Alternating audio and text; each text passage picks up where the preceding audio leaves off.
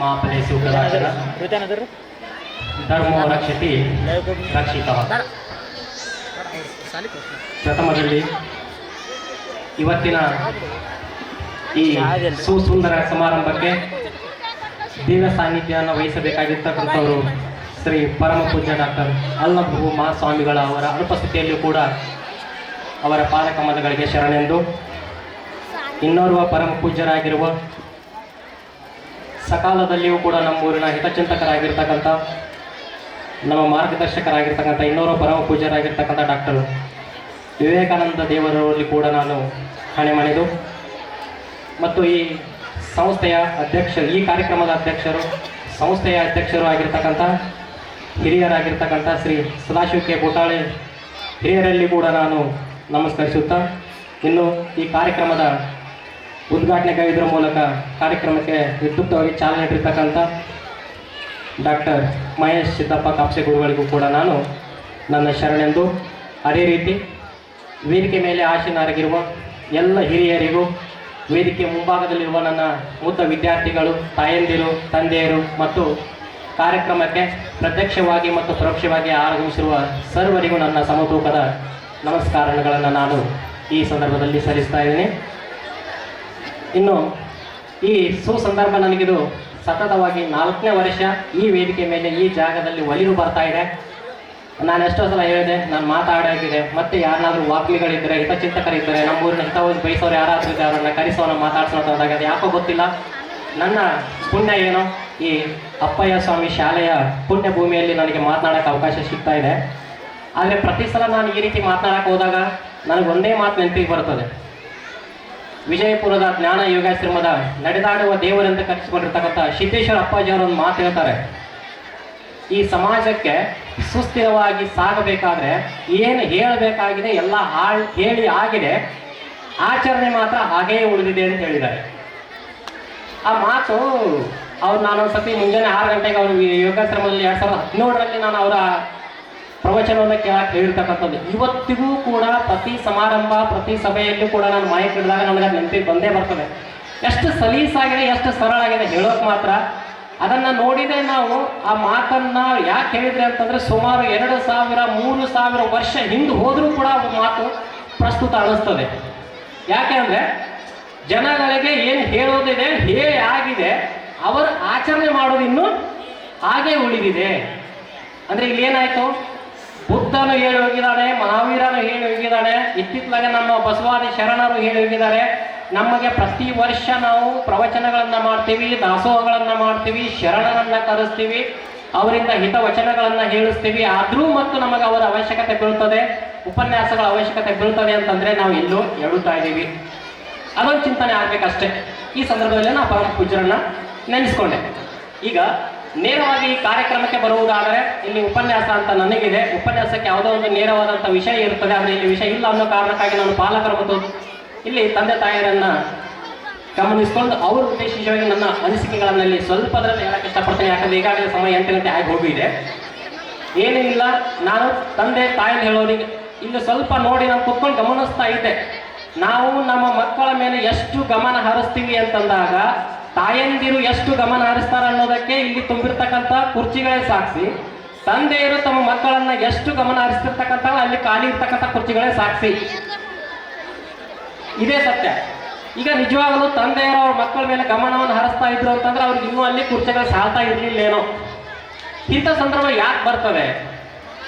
ಇನ್ನು ನಾನು ಎಣ್ಣೆ ಹೆಚ್ಚಾಕೊಳ್ಳೋದು ನಾನು ಏನೇನು ಹೇಳ್ಬೇಕು ಅನ್ಕೊಂಡಿದ್ದೆ ಅದೆಲ್ಲ 90% ನಮ್ಮ ಈ ಶಾಲೆಯ ಗುರುಗಳ ಮಗಳು ಅವಳು ಕೊರವಂಜಿ 1ನೇ ತರಗತಿ ಸವಿಸ್ತಾರವಾಗಿ ಹೇಳಿದಾಳೆ. ಆ ತಾಯಿಗೆ ನಾನು ಮೊದಲು ಶರಣ ಅಂತೀನಿ. ಈಗ ತಂದೆಯಾದ ತಾತ ಪಾಲಕರಾದಂಥವ್ರು ದಯವಿಟ್ಟು ತಾವು ತಮ್ಮ ಮಕ್ಕಳ ಮೇಲೆ ದಯವಿಟ್ಟು ಗಮನ ಹರಿಸಿ, ಅದು 1ನೇ ತರಗತಿ ಮಗುನೇ ಇರಲಿ ಅಥವಾ ಇವತ್ತಿಗೆ ಜಾಬ್ ಮಾರ್ಕೆಟಲ್ಲಿ ಫೈಟ್ ಮಾಡ್ತಾ ಇರಲಿ. ಯಾಕಂದರೆ ಅಷ್ಟೊಂದು ಇವತ್ತು ಏನಾಗಿದೆ, ಕಾಂಪಿಟೇಟಿವ್ ಜಗತ್ತು ಬೆಳ್ಕೊಂಡು ನಿಂತ್ಬಿಟ್ಟಿದೆ.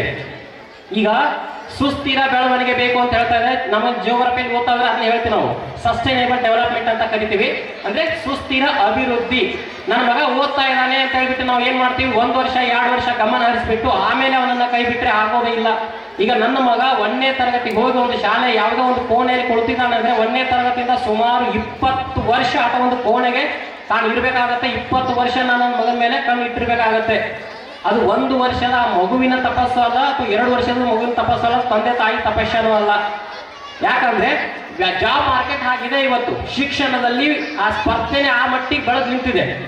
ಈಗ ಏನಾದರೂ ಒಂದು 10,000 ಅಥವಾ 1,000 2,000 ಕಾನ್ಫರ್ಮ್ ಆಗಿಬಿಟ್ರೆ ಲಕ್ಷಗಟ್ಟಲೆ ಅರ್ಜಿಗಳು ಬೀಳ್ತಾ ಇದ್ದಾವೆ.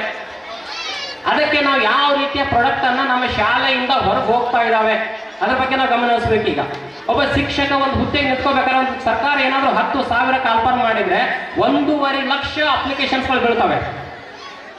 ಎಷ್ಟು ಫೈಟ್ ಇದೆ ಗಮನಿಸಬೇಕು. ಇನ್ನು SDA FDA ಅಂತಂದಾಗ ಸರ್ಕಾರ ಕರೆಯೋದು 3,000 ಹುದ್ದೆಗಳು. ಸರಾಸರಿ ನೋಡಿದ್ರೆ 3,000ಕ್ಕಿಂತ ಹೆಚ್ಚಿಗೆ SDA ಕರೆದೇ ಇಲ್ಲ. ಅರ್ಜಿಗಳು ಬೀಳೋದು 12 ಲಕ್ಷ 13 ಲಕ್ಷಗಳು ಬೀಳ್ತವೆ SDAಗೆ. 12 ಲಕ್ಷ ಜನಗಳಲ್ಲಿ 3 ಲಕ್ಷ ಜನಗಳಲ್ಲಿ ಅದರಲ್ಲಿ ನಮ್ಮೂರಿನ ಒಬ್ಬ ಮಗ ಯಾವುದೋ ಒಬ್ಬ ಬಡ ತಾಯಿಯ ಮಗನಾಗಿದ್ದರೆ ಅದು ಎಷ್ಟು ಆತ ಪರಿಶ್ರಮ ಹಾಕಬೇಕು. ಅದು 1 ದಿನದಲ್ಲಿ 2 ದಿನದಲ್ಲಿ ಅಥವಾ ನಾಟಕದಿಂದ ಬರ್ತಕ್ಕಂಥದ್ದು ಅಲ್ಲೇ ಅಲ್ಲ. ಆದ್ರೆ ಹಿಂದ್ಗಡೆ ಆ ತಂದೆ ತಾಯಿ ಏನ್ ತ್ಯಾಗ ಮಾಡ್ತಾರೋ, ಆ ಮಗು ಏನ್ ತ್ಯಾಗ ಮಾಡುತ್ತೋ, ಅದು ಏನೇನ ಪರಿಶ್ರಮ ಹಾಕಿರುತ್ತೋ, ಎಷ್ಟು ಉಪವಾಸಗಳನ್ನ ಕಳೆದಿರುತ್ತೋ, ಎಷ್ಟು ರಾತ್ರಿಗಳನ್ನ ಕಳೆದಿರುತ್ತೋ, ಎಷ್ಟು ಸಂಭ್ರಮಗಳನ್ನ ಸಮಾರಂಭಗಳನ್ನ ತ್ಯಾಗ ಮಾಡಿರುತ್ತೋ ಗೊತ್ತಿಲ್ಲ. ಅವತ್ತು ಒಂದು ದಿನ ಏನಾದ್ರೂ ಈ ಶಿಕ್ಷಣದ ಅನ್ನವನ್ನ ಆ ಮಗು ಉಣ್ಬಹುದು. ಇದು ಸರ್ಕಾರಿ ಹುದ್ದೆಯನ್ನ ಪಡೆಯಬೇಕಾದ್ರೆ ಅಂತ ನಾನು ಹೇಳ್ತಾ ಇದ್ದೀನಿ. ಇನ್ನು ಸರ್ಕಾರಿ ಹುದ್ದೆ ಬೇಡ ಅಂತಂದಾಗ ಸಾಮಾನ್ಯವಾಗಿ ಮಕ್ಕಳಿಗೆ ನಾವು ಅಥವಾ ಒಬ್ಬ ಮನುಷ್ಯನಿಗೆ ಮಾನವೀಯ ಮೌಲ್ಯಗಳು ಅಂತ ನಾವು ಸೈಕಾಲಜಿಕಲ್ ಆಗಿ 7 ಗುರುತಿಸಿದೀವಿ. 7 ಮೌಲ್ಯಗಳಲ್ಲಿ ಅದರ ಒಂದು ಮೌಲ್ಯ ಏನು ಅತಿ ನಾವು ಶಿಕ್ಷಣ ಕ್ಷೇತ್ರದಲ್ಲಿ ಎತ್ತಿರ್ತಕ್ಕಂಥದ್ದು ಶಯನದು ಸುಸ್ಥಿರ ಜೀವನ ಅಂತಕ್ಕಂಥ ಒಂದು ಮೌಲ್ಯ. ಸುಸ್ಥಿರ ಅಂತಂದ್ರೆ ಏನು? ಜೀವನ ಅಂತಂದಾಗ ಅಲ್ಲಿ ನಮ್ಮ ಆರ್ಥಿಕತೆ ಬರ್ತದೆ, ಸಾಮಾಜಿಕ ಬರ್ತದೆ, ಸಾಂಸ್ಕೃತಿಕ ಬರ್ತದೆ, ಸಮಾಜದಲ್ಲಿ ನಮ್ಮ ಸ್ಥಾನಮಾನ ಬರ್ತದೆ. ಇಲ್ಲಿ ಎಲ್ಲದರಲ್ಲೂ ಏನಿರಬೇಕು? ಸುಸ್ಥಿರತೆ. ಸುಸ್ಥಿರತೆ ಅಂತಂದ್ರೆ ಏನು ಕರಿತೀವಿ ನಾವಿಲ್ಲಿ? ಅದರ ಪದ ಅರ್ಥನೇ ಗೊತ್ತಾಗಲ್ಲ ನಮಗೆ. ಅಂದ್ರೆ ಈಗ ನಾನು ಈ ಲೆವೆಲ್ ಇದ್ನಂದ್ರೆ ನಾನು ಎಷ್ಟೇ ಪರಿಶ್ರಮ ಹಾಕಿದ್ರು ನಾನು ಇಲ್ಲೇ ಇರಲಿ, ಹೊರತಾಗಿ ಯಾವುದೇ ಕಾರಣಕ್ಕೂ ನಾನು ಕೆಳಗಿಳಿಬಾರ್ದು. ಸಮಾಜ ನನಗೆ ಎಷ್ಟೇ ಹೊಡೆತಗಳು ಬೀಳಲಿ, ಎಷ್ಟೇ ಕಾಲು ಎಳೆಯವರು ಇರಲಿ, ನನ್ನ ಗ್ರಾಫ್ ಯಾವಾಗಲೂ ಮೇಲ್ಗಡೆನೇ ಇರಬೇಕು. ಅದು ಸುಸ್ಥಿರ ಬೆಳವಣಿಗೆ. ಇನ್ನು ಕಾಲು ಎಳೆಯೋರು ಅಂತ ಬಂದ ಕಾಲು ಎಳೆಯೋರು ಇವತ್ತು ಹೇಳ್ದಿಲ್ಲ, ಮೊನ್ನೆನೂ ಹೇಳ್ದಿಲ್ಲ, ಹಿಂದೆನೂ ಹೇಳ್ದಿಲ್ಲ. ಸ್ವಲ್ಪ ನಾನು ಹೋಗ್ಬಿಡ್ತೀನಿ. ಎಲ್ಲಿ? ಅಲೆಕ್ಸಾಂಡರ್ ಅಂತಕ್ಕಂಥ ಒಬ್ಬ ಇಡೀ ಜಗತ್ತನ್ನೇ ಆಳ್ತೀನಿ, ಜಗತ್ತನ್ನೇ ವಶಪಡಿಸ್ಕೊಳ್ತೀನಿ ಅಂತ ಹೋದ. ವಶಪಡಿಸ್ಕೊಳ್ತ ಹೋದಾಗ ಇದೇ ನಮ್ಮ ಸಿಂಧೂ ನದಿಯ ಜೈಲಂ ನದಿಯ ಪಕ್ಕದಲ್ಲಿ ಬಂದು ಭಾರತಕ್ಕೆ ಹೆಜ್ಜೆ ಇಡ್ತೀನಿ ಅಂತಂದಾಗ ಆತನಿಗೆ ರೆಡ್ ಕಾರ್ಪೆಟ್ ಹಾಸಿಕೊಂಡಿರತಕ್ಕಂಥ ಭಾರತದ ಮೊದಲ ಶತ್ರು ಅಂತ ನಾವು ಕರಿತೀವಿ ಅಂಬಿ. ಅವನನ್ನೇ ಅಲೆಕ್ಸಾಂಡರ್ನ ವೆಲ್ಕಮ್ ಮಾಡ್ಕೊಂಡಲ್ಲ. ಈಗ ನಮ್ಮ ಸಂಗೊಳ್ಳಿ ರಾಯಣ್ಣನ ಸಿಡಿದುಕೊಂಡ್ರ ಮಲ್ಲಪ್ಪ ಶೆಟ್ಟಿ ಯಾರು? ನಮ್ಮವನೇ ಅಲ್ಲ. ಎಲ್ಲೋ ಒಂದು ಯಾವುದು ಕಾನ್ಸ್ಟಾಂಟಿನೋಪಲ್ ನಗರ 1453ರಲ್ಲಿ ಅದು ಪತನ ಆಯಿತು ಅಂತ ಹೇಳ್ಬಿಟ್ಟು 1498ರಲ್ಲಿ ವಾಸ್ಕೋ ಡಿ ಗಾಮನಿಗೆ ಸೆಲ್ಯೂಟ್ ಹೊಡೆದು ಸ್ವಾಗತಿಸಿದನು ನಮ್ಮ ಭಾರತೀಯ ದೊರೆ ಜಾಮೋರಿನ್. ಯಾರು? ನಮ್ಮವನೇ ಅಲ್ಲ. ಇದು ಇನ್ನ ಅಲ್ಲಿ ಮೊಘಲರಲ್ಲಿದ್ದಂತ ಅಲ್ಲಿ ಕಾಬೂಲಲ್ಲಿ ಅಲ್ಲೇ ಇಲ್ಲೇ ಅವನಿಗೆ ಒಂದು ಗುಡ್ಡಗಾಡು ಪ್ರದೇಶದಲ್ಲಿ ತನ್ನ ಪ್ರಾಣವನ್ನ ರಕ್ಷಣೆ ಮಾಡ್ಕೊಂಡು ಬಂದಕ್ಕಂತ ಒಬ್ಬ ಬಾಬರು. ಇಲ್ಲಿ ನಾನು ಧರ್ಮ ಮಾತಾಡ್ತಾ ಇಲ್ಲ, ಯಾವುದೋ ಮಾತಾಡ್ತಾ ಇಲ್ಲ, ಅದನ್ನ ಹೇಳ್ತೀವಿ. ಸ್ವಲ್ಪ ಬರ್ತೀನಿ, ನಿಖರವಾಗಿ ಬರ್ತೀನಿ. ಆ ಬಾಬರ್ ಬಂದಂತವನೇ ನಮ್ಮ ದೇಶದಲ್ಲಿ ಒಂದು ಮೊಘಲ ಸಾಮ್ರಾಜ್ಯವನ್ನೇ ಕಟ್ಟಿ ಆಳಲಿಲ್ಲ, ದಾರಿ ಮಾಡಿಕೊಟ್ಟಾರೆ ನಾವೇ. ಈಗ ನಮ್ಮ ಭಾರತೀಯ ಸಂಸ್ಕೃತಿ ಅಂತಂದಾಗ ಎಷ್ಟು ಚೆನ್ನಾಗಿ ನಿಜವಾಗ್ಲೂ ಹೌದು, ಭೌಗೋಳಿಕವಾಗಿ ಶ್ರೀಮಂತ, ಅಷ್ಟೇ ಸುಸ್ಥಿರ ಸ್ತರದಲ್ಲಿ ಬೇರೆ ಯಾವ ದೇಶನೂ ಇಲ್ಲ. ಒಂದ್ಸಲ ನಮ್ಮ ಭಾರತ ದೇಶವನ್ನು ನೋಡಿಬಿಟ್ರೆ ಹಿಮಾಲಯಗಳಿದಾವೆ, ಆಮೇಲೆ ಕಪ್ಪಲು ಪ್ರದೇಶಗಳಿದಾವೆ, ಕರಾವಳಿ ಭೂಮಿ ಇದೆ, ಕೊಲ್ಲಿ ಇದೆ, ಮಹಾಸಾಗರ ಇದೆ, ಹಿಂದೂ ಮಹಾಸಾಗರ ಇದೆ, ದಕ್ಷಿಣಕ್ಕೆ ಹರಿತಕ್ಕಂಥ ನದಿಗಳಿದಾವೆ, ಉತ್ತರಕ್ಕೆ ಹರಿತಕ್ಕಂಥ ನದಿಗಳಿದಾವೆ, ಆಮೇಲೆ 24 ತಿಂಗಳು 12 ತಿಂಗಳು ಕೂಡ ಹರಿತಕ್ಕಂಥ ನದಿಗಳಿದಾವೆ. ಇಷ್ಟೆಲ್ಲ ಇದ್ದರೂ ಸಾವಿರಾರು ಭಾಷೆಗಳು, ಸಾವಿರಾರು ಧರ್ಮಗಳು, ಸಂಸ್ಕೃತಿಗಳು, 200 ಕಿಲೋಮೀಟರ್ ಆಸಿರೋ ಒಂದು ಭಾಷೆ ಬರ್ತದೆ. ಇಂಥ ಶ್ರೀಮಂತಿಕೆ ಇದ್ದಾಗಲೂ ಕೂಡ ನಾವು ಹೆಮ್ಮೆ ತಟ್ಕೊಂಡು ಹೇಳ್ತೀವಿ ಆ ಸಂಸ್ಕೃತಿ, ಈ ಧರ್ಮ, ಅದು ಅಂತ ಎಲ್ಲ ನಮ್ಮ ದೇಶದವನ್ನ ಹೆಮ್ಮೆ ಪಡ್ಕೊಂಡು ನಮ್ಮಂತ ದೇಶ ಯಾವುದೂ ಇಲ್ಲ ಅಂತ ನಾವು ಹೆಮ್ಮೆ ಪಡ್ಕೊಂಡು ನಮ್ಮ ದೇಶದ ಬಗ್ಗೆ ಮಾತನಾಡುವಾಗ ನಮ್ಮ ದೇಶವನ್ನ ಗುಲಾಮಿ ಸಂತತಿಯಲ್ಲಿ ಕೊಟ್ಟವರು ನಾವೇ ತಾನೆ. ನಮ್ಮನ್ನ ಗುಲಾಮಿ ಸಂತತಿ ಆಳಿಲ್ಲ, ಹೌದಾ?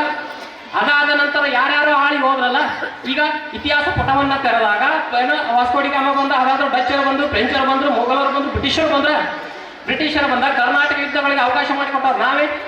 ಆಂಗ್ಲೋ ಸಿಖ್ ಯುದ್ಧಗಳು, ಆಂಗ್ಲೋ ಮರಾಠ ಯುದ್ಧಗಳು, ಆಂಗ್ಲೋ ಮೈಸೂರು ಯುದ್ಧಗಳಿಗೆಲ್ಲ ನಮ್ಮವರೇ ಮಾಡಿಕೊಟ್ಟಿರ್ತಕ್ಕಂಥ ಪ್ಲಾಸ್ಟಿಕ್ ಕದನ ಯಾಕಾಯ್ತು, ಬಕ್ಸರ್ ಕದನ ಯಾಕಾಯ್ತು ಅಂದ್ರೆ ನಾನು ಹೇಳ್ತಿರೋದು ಇಲ್ಲಿ ಒಬ್ಬ ಏನಾದ್ರೂ ಬೆಳೆಯಕ್ಕೆ ನಿಂತರೆ ಕಾಲು ಎಳೆಯೋರು ನಮ್ಮಲ್ಲೇ ಇದ್ದಾರೆ. ಇದು ಇಲ್ಲಿ ಅಲ್ಲ, ಎಲ್ಲಿಯೂ ಅಲ್ಲ ಕೂಡ. ಎಲ್ಲಿ ಅಂದ್ರೆ ನಾವು ಮಹಾಭಾರತಕ್ಕೆ ಹೋಗ್ಬಿಡೋಣ ಅನ್ಸತ್ತೆ ಒಂದ್ಸತಿ ಜನ. ಅಲ್ಲಿ ಸತ್ಯವತಿಗೆ ಆಗಿರೋದೇನು, ಭೀಷ್ಮ ಪ್ರತಿಜ್ಞೆ ಯಾಕಾಯ್ತು, ಆ ಗಾಂಧಾರ ಕುಮಾರ ಆದಂತವನು ಹಸ್ತಿನಾಪುರಕ್ಕೆ ಬಂದು ಯಾಕೆ ಕೂತ್ಕೊಂಡ, ಅದನ್ನು ನೋಡ್ಬೇಕಲ್ಲ. ಈಗ ಮರ್ಯಾದ ಪುರುಷೋತ್ತಮ ಅಯೋಧ್ಯೆ ಬಗ್ಗೆ ಮಾತನಾಡುವಾಗ ಮರ್ಯಾದೆ ಅವನ ಬಗ್ಗೆ ನಾವು ಹೆಮ್ಮೆಯಿಂದ ಹೇಳೋಣ, ಅವನ ಬಗ್ಗೆ ಮಾತಾಡ್ಸೋಣ, ಪೂಜಿಸೋಣ. ಅಲ್ಲಿ ಅವನ ಬಗ್ಗೆ ಹೇಳ್ತಕ್ಕಂಥ ಇನ್ನೊಂದು ರಾಕ್ಷಸ ರಾವಣನನ್ನು ತೋರಿಸಲೇಬೇಕಲ್ಲ. ಸೊ ಈಗ ಎಲ್ಲೂ ಹೋದ್ರೂ ಕೂಡ ನಮಗೆ ಎನ್ನೋದು ಮಹಾಕಾವ್ಯಗಳಲ್ಲೂ ಕೂಡ ದೈನಂದಿನ ಚಟುವಟಿಕೆಗಳಲ್ಲೂ ಕೂಡ ನಮಗೇನಿದೆ, ನಮ್ಮನ್ನ ಎಳೆಯೋರು ಇದ್ದಾರೆ, ನಮ್ಮನ್ನು ತೆಗಳೋರು ಇದ್ದಾರೆ. ಅದು ಬಿಡಿ, ಇಲ್ಲಿಗೆ ದೇವನೂರು ಮಹಾದೇವರಿಗೆ ಬನ್ನಿ. ಈಗ ಕನ್ನಡ ಅಂತಂದಾಗ ಕುವೆಂಪುರವರನ್ನ ನಾವು ಎದೆ ಮೇಲೆ ಇಟ್ಕೊಂಡು ಪೂಜಿಸ್ತೀವಿ, ಕೆಂಪು ಅಂತೀವಿ, ಹಳದಿ ಅಂತೀವಿ. ಎಲ್ಲಿ ಕನ್ನಡ ಕರ್ನಾಟಕ ರಕ್ಷಣೆ ಅಂತ ಬರ್ತದೆ ಅಲ್ಲಿ ಕುವೆಂಪು ಅವರನ್ನ ಗುರುತಿಸ್ತೀವಿ. ಕುವೆಂಪು ಅವರನ್ನೇ ಕೂಡ ನಮ್ಮಲ್ಲಿ ಒಬ್ಬ ವ್ಯಕ್ತಿ ಹೆಸರು ಹೇಳಬಾರ್ದು. ಕುವೆಂಪು ಅವ್ರನ್ನ ಒಳಗಡೆ ಕರೆದು ಊಟಕ್ಕೆ ಹಾಕಿಲ್ರಿ, ಬಟ್ಟೆ ಕೊಡಿಸಿದ್ದಾರೆ.